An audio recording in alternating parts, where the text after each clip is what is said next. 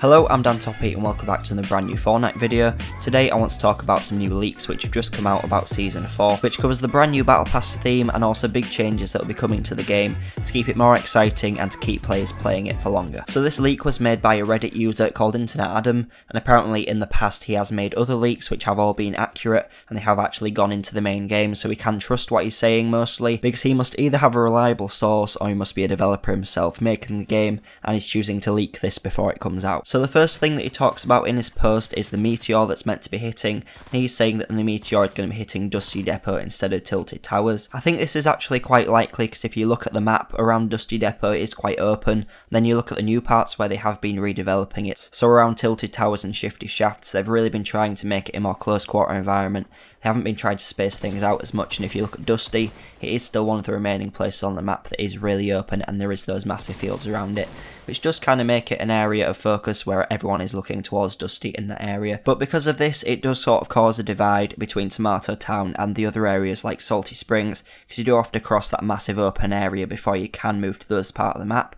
So they're going to want to try and get rid of that to make the playstyle more consistent throughout, I believe. And also, if you look at one of the Easter eggs that they added into the game the other day, they've been doing stuff like the TVs and the sirens just to build the hype around this Easter egg event, because it is going to do something major to the map. But on one of the roofs in Tilted Towers they have added a sign, which is a Tilted Towers looking building inside of a pink heart. So the developers could have two meanings for this. It could either be there to sort of like represent the community's love for Tilted Towers, or it could be their way of saying that they love Tilted Towers too and they aren't going to be getting rid of it anytime soon. I think this is more likely because if you do look at Tilted Towers, you look at the sheer size of it, it's definitely the most complex part of the map they've ever built. To have it in for only one season, only a few months, I think would be a little bit ridiculous, because they have spent so much time developing it and so much time working on that area that I don't think they would get rid of it so quickly. I think they're more likely to get rid of a more basic part of the map like Dusty Depot to change it up a bit more and to make it a better part of the map. Tilted does draw in a lot of players every game, so this does mean that some areas of the map are left quite empty, so a lot of people have been saying they will be destroying Tilted Towers just to disperse the players around the map a bit more, but I think the development team will more be looking at adding new places to the map and improving the other areas to get players to want to drop in those areas more instead of dropping at Tilted. I don't think they'll change Tilted or delete it. I think they are just going to improve the other areas to get people to drop in different places more often. Next up, Adam talks about a different approach to updating the game. He's talking about Epic feeling like they missed out on an opportunity when adding Tilted Towers into the game. He's saying that they could have had a construction phase, so instead of the area just appearing one day, they'd have a time where it is sort of like being built over a few weeks. So you'd have times they've got bulldozers clearing the ground, and you have a few cranes the next week, and then you have a few buildings being built, and then eventually it would be completed. And I think this is a great idea. I think it would definitely keep the map interesting, and it would definitely mean that it would keep people excited over a longer amount of time. Instead of one day coming into the game and you have a brand new area where everybody's dropping, if you have it building over time, you'd have more people talking about it, more hype being built, and a constantly changing environment over a few weeks will be really fun to play in, because you'd have different ways you need to build, different ways you need to get around the area just to be able to play it the best, and it would really offer a lot of opportunities to the developers to be as creative as they wanted.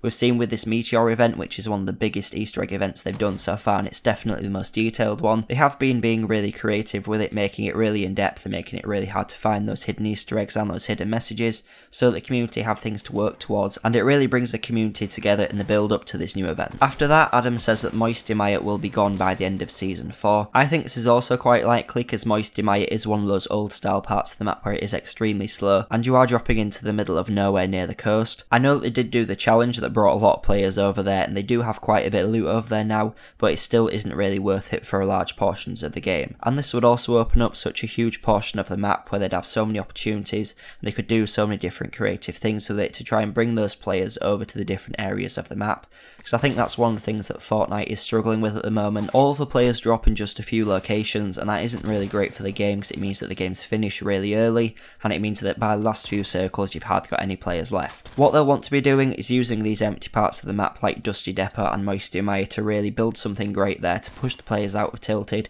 instead of just destroying it. And finally, Adam says that the Season 4 Battle Pass will be all superhero themed, which we already knew because they have officially released that in the teaser pictures, but one thing that we weren't too sure about is something that he commented on in the end, and he says they aren't from Marvel or DC, and it's just Epic's own characters. From the look of it, from the teaser posters, they will be Epic's characters based off of licensed characters, they'll just be slightly edited, and this is the only part of the post which I don't fully believe in, because Fortnite is made by Epic Games, and you might think that Epic Games is the biggest company owning it, but Epic is actually owned by the 5th largest company in the world called Tencent. Tencent are a massive Chinese company who own China's equivalent of Facebook, and they also own loads of other massive gaming companies like Riot Games, who makes League of Legends, Supercell, which makes Clash of Clans, as well as being the developers for PUBG Mobile. But the thing that's interesting about this is that they publish a game called Arena of Valor. If you don't know what this game is, it's a mobile MOBA game, and in this game you can play as skins of DC characters like Batman and the Joker. So Tencent, the parent company of Epic, do hold the licensing to some DC characters for one of their games, so they obviously have worked with them in the past and can communicate with them, so there is a chance they would be able to use some of their characters in Fortnite. If they didn't, they'd also be missing out on a lot of money, because if there are licensed superhero skins in the game, a lot of people will be buying them who usually wouldn't have.